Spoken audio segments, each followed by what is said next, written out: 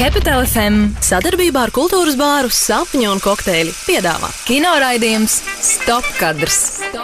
Kino, jaunumi, scenārijs, konkursi un balvas, aktualitātes, aktieri, režisori, eksperti, raidījuma viesi. Katru svētdienu no 11. līdz 12. ar atkārtojumu otrdienās 19. Capital FM ēterā kino raidījums Stop kadrs. Čau! Šis ir kinoraidījums Stop kadrs, un šajā nedēļā runāsim par Maika Mārvina kinolenti Rēks, 1986. gada kinolenti. Un viesos paaicinājām Latvijas spilgtāko drifta personību speciālistu šajā jomā Kristaps Blušs. Eksperts studijā! Kinoraidījums Stop kadrs, Capital FM, studijā Ilza Kļaviņa, Diana Saule un noteikti vēl kāds. Lai tā pārmaiņu pēc mums būtu kaut kas interesantāks, tad šodien nolēmām parunāt par ātrumu, par mašīnām, nedaudz arī par mistiku, jā. Jā, Latvijas spilgtākā personība driftā un Latvijas drifta speciālists numur 1. Mēs ar Ilzi tā kā vienojāmies un vēlamies pieteikt Kristapu Blušu šādā veidā. Capital FM ēterā un studijā šobrīd Kristaps Blušs. Sveiki! Sveicināti! Tātad, jā, intrigai runāsim par filmu, kas saistīta ar mašīnām, ātrumu, mistiku un vispār, kā teica mums Kristaps tikko pirms raidījumā, bija interesanti. Jā, filma noteikti bija interesanti. Pirmo reizi viņa redzēja, tā kā iespēja ir, jā. Super, tad tūlīt pat arī par to parunāsim. Sapņu kinokluba nedēļas filma. Evil force took his life. An unearthly power has brought him back. He is a phantom, a wraith, a cosmic spirit given another chance. Are you new in town? Yeah.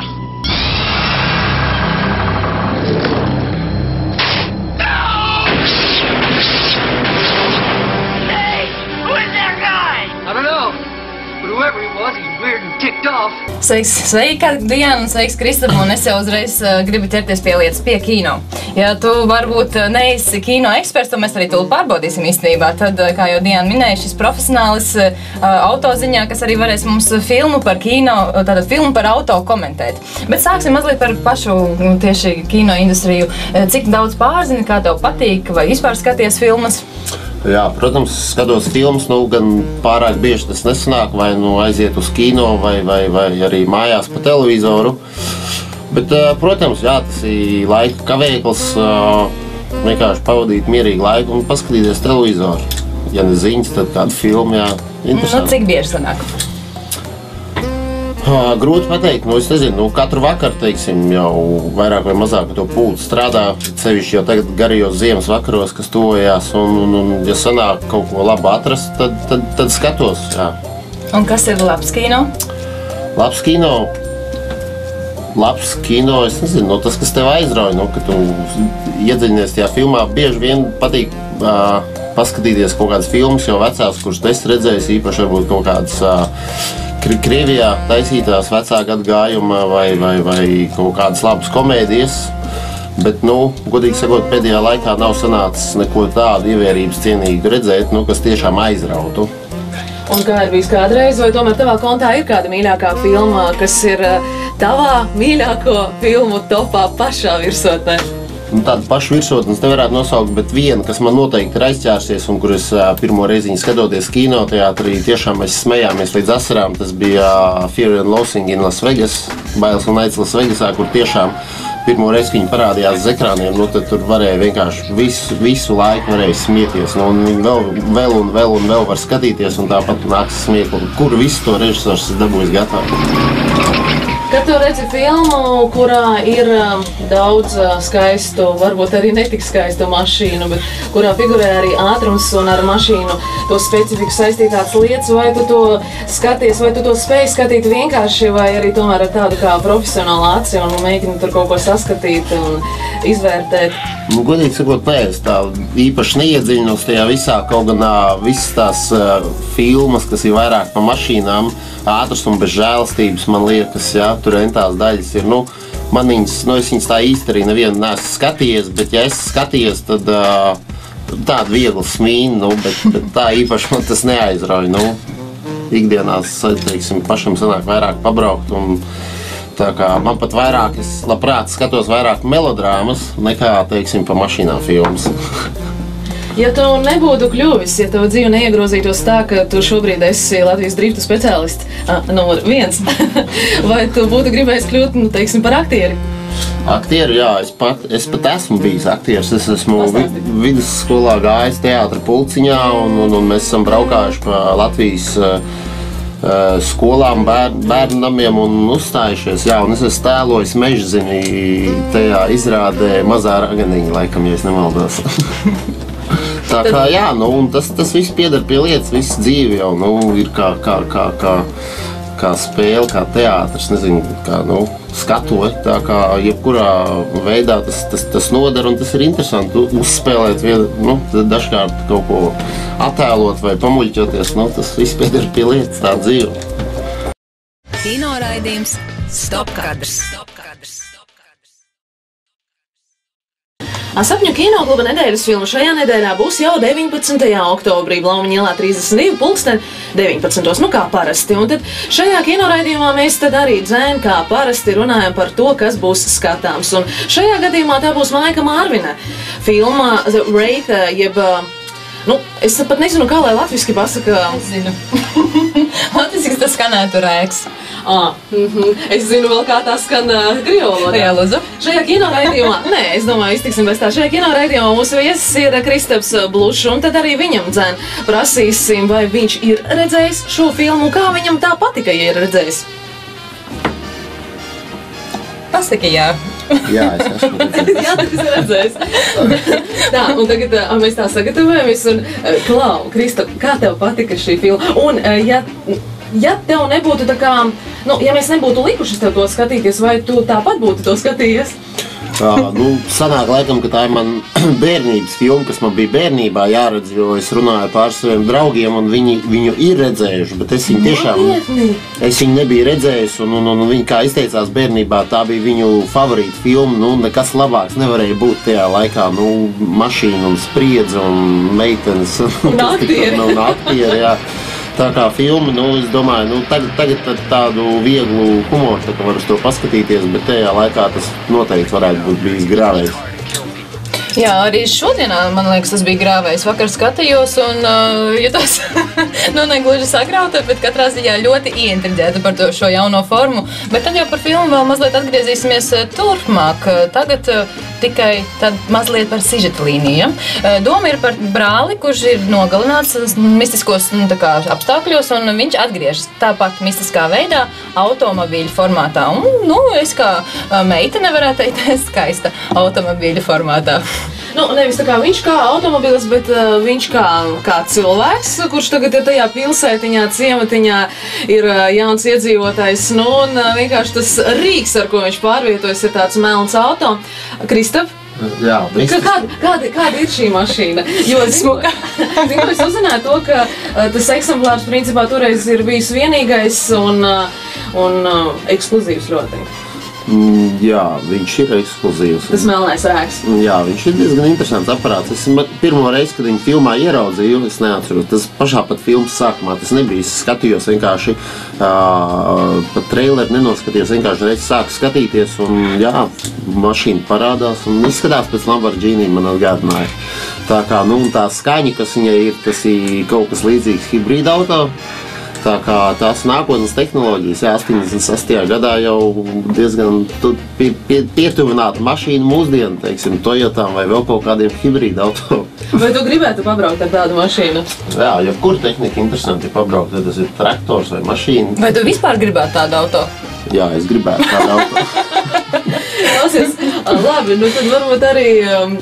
Bet kā tiem citiem auto, tur jau visi puiši, tur vispār tās tā kā interešu sfēras sadala, jā, viņiem visiem ir labi, nu, vai arī, redzam, mums jau laikam grūti novērtēt, cik tad labi ir tie auto vispār, nu tad bišķiņ pakomentē tos laikus, lūk, ja filma ir 86. gada un, nu, tie auto, kas tur parādās.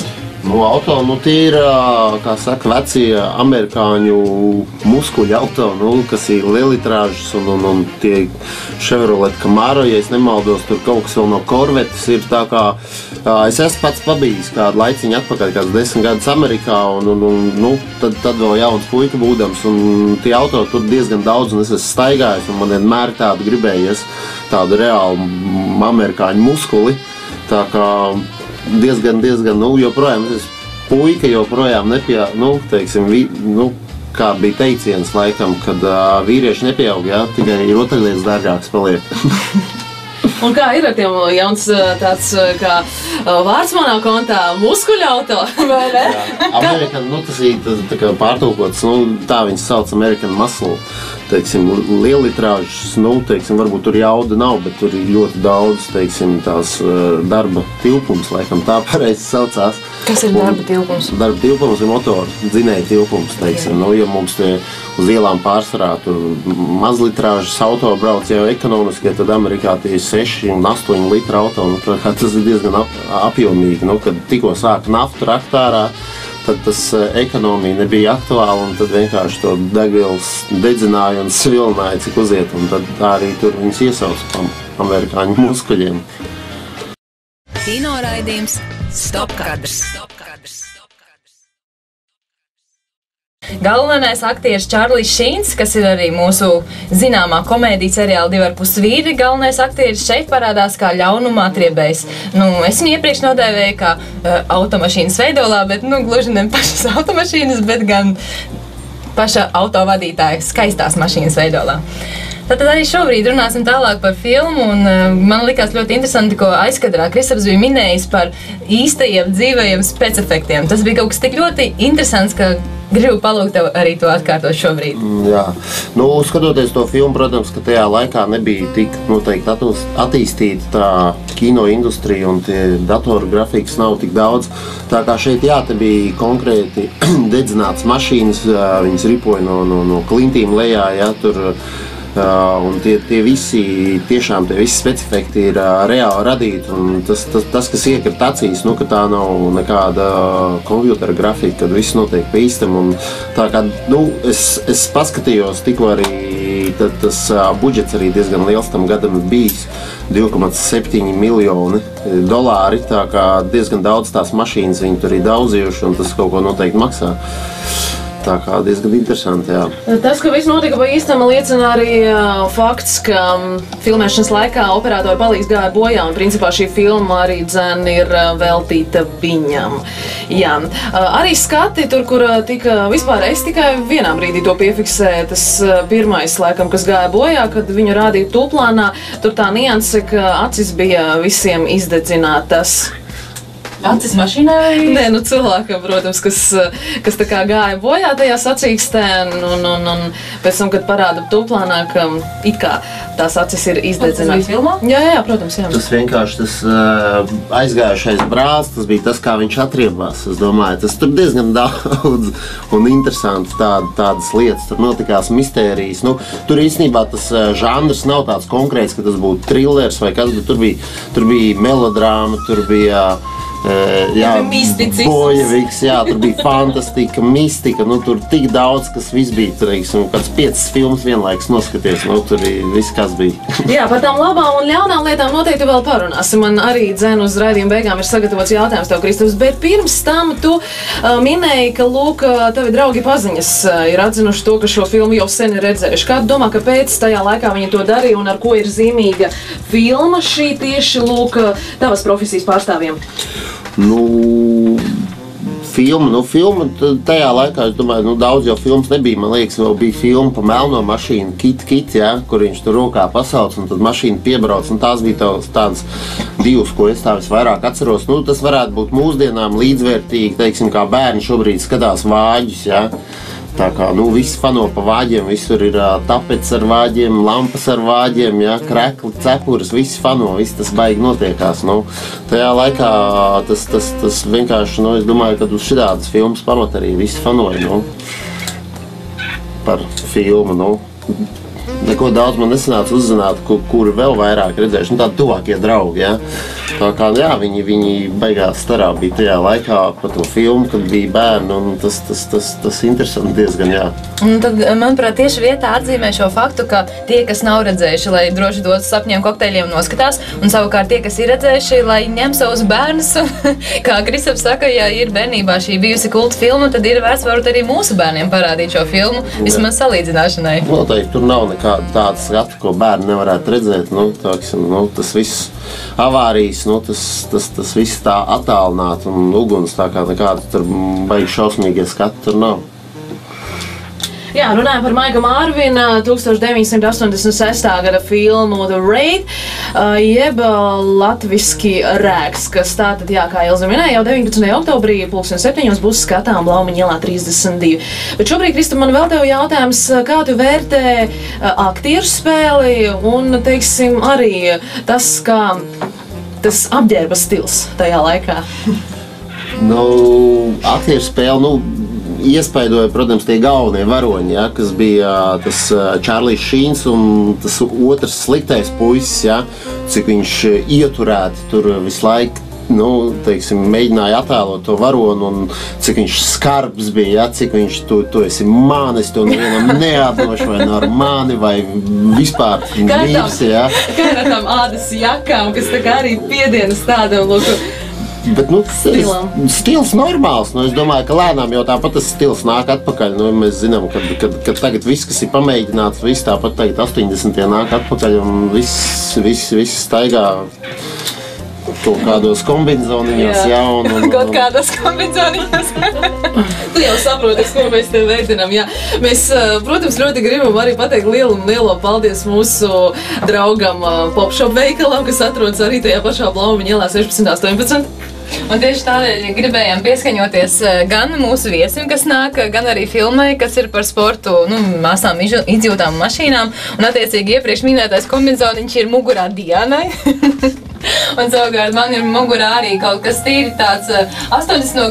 gadu stilā, un tādēļ, ja ir interese par interesantām drēbēm un gribas uzvilkt kaut ko tādu, kas nāk atpakaļ, kā Kristaps teica, jau no bijušajiem gadiem, tad droši var doties uz Popshopu un paskatīties, atrast sev piemērotāko un jaukāko. Kino raidījums Stopkadrs.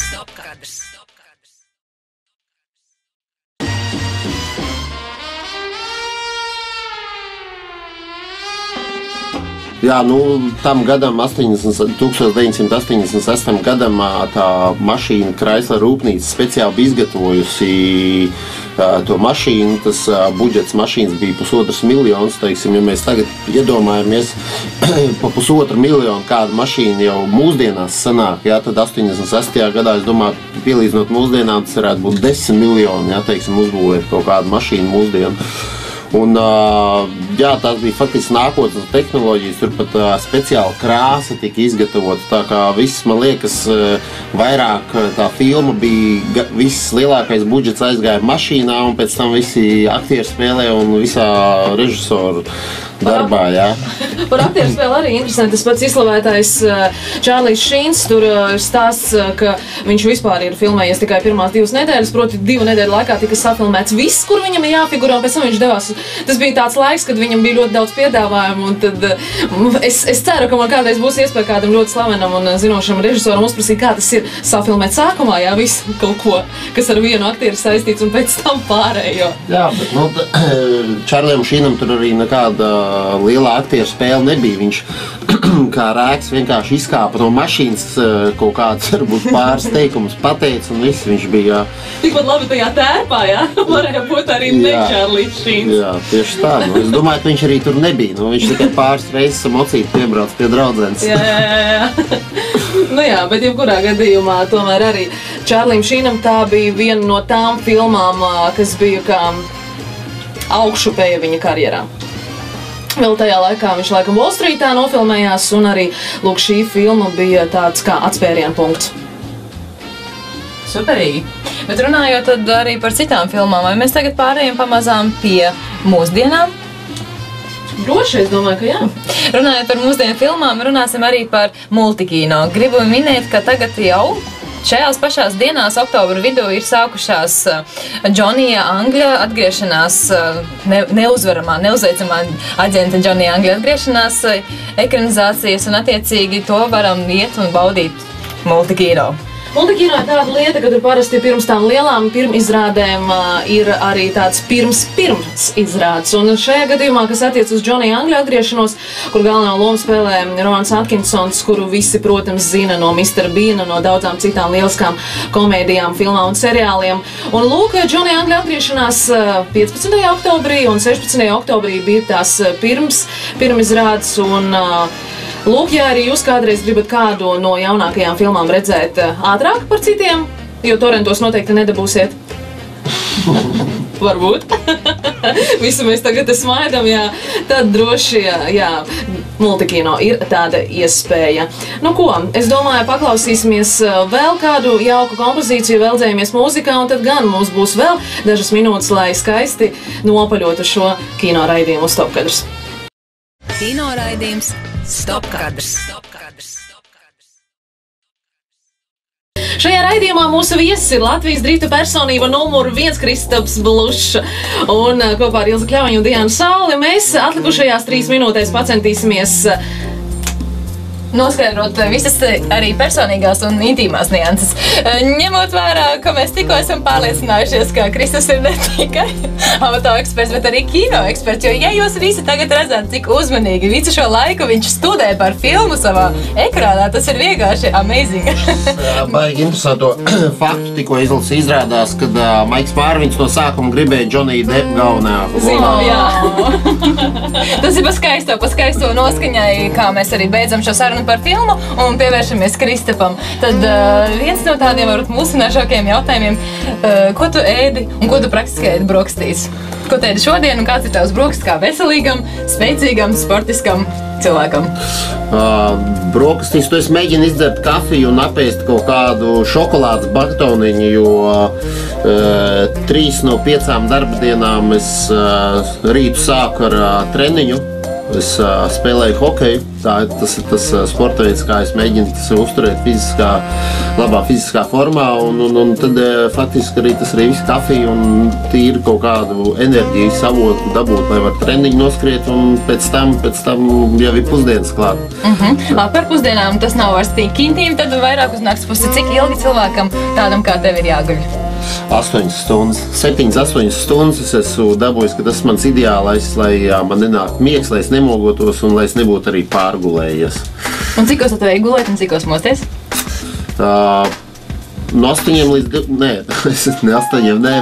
no 12 līdz 8. Tas ir tas laiks, kad es guļu. Tā kā, ja man draugi dzird, tad lūdzu neziniet man tajā laikā. Klausies, no pēdējais vēl filmā lieliski parādās ļaunā un labā puse. Un teicu arī, ka ir sagatavots kāds jautājums. Man gribas uzzināt, kāda ir tava, mēs diezgan bieži ar Ilzi arī pieskaramies šai tēmai, dzīves svinēšanas formula. Proti, kā tu vari pāris teikumos pateikt, kā tu svini savu dzīvi, jo, protams, tas ir domāts no tās gaišās puses. Ar 8 stundām un šokolādes batoniņu. Vēl. Pāris lietas, kas ietilpst šajā vārdu savienojumā, dzīves svinēšana. Dzīves svinēšana? Kā es svinu savu dzīvi? Ar drītu. Formula. Noteikti es esmu adrenalīna vadīts vienmēr, un tas ir tas azarts, kam es dzenos pakaļ, jo arī, teiksim, sezonas beigās uznāk bišķi tāda apātija, tā kā apnicis ir braukt un cik var tur visu laiku prom no mājām, jo reizēm sanāk tā, tik līdz no vienām sacensībām paiet dienu, un tu jau esi atkal busiņā, atkal uz citu nākamajām sacensībām. Nu ko, atvedāmies kinoraidījums Stopkadrs. Jā. Kino raidījums Stopkadrs.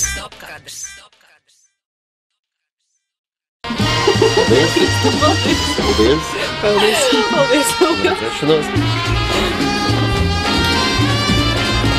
Nu ko, šis bija kino raidījums Stopkadrs. Unikālais raidījums, kas ir baudāms gan audiāli, gan vizuāli. Varam mūs dzirdēt Capital FM ēterā katru svētdienu 11. un katru otrdienu 19. Savukārt televīzijā rādāmies Pro 100 TV otrdienu vakaros 22:30 un svētdienu vakaros 20:30. Tiekamies jau atkal pēc nedēļas. Čau!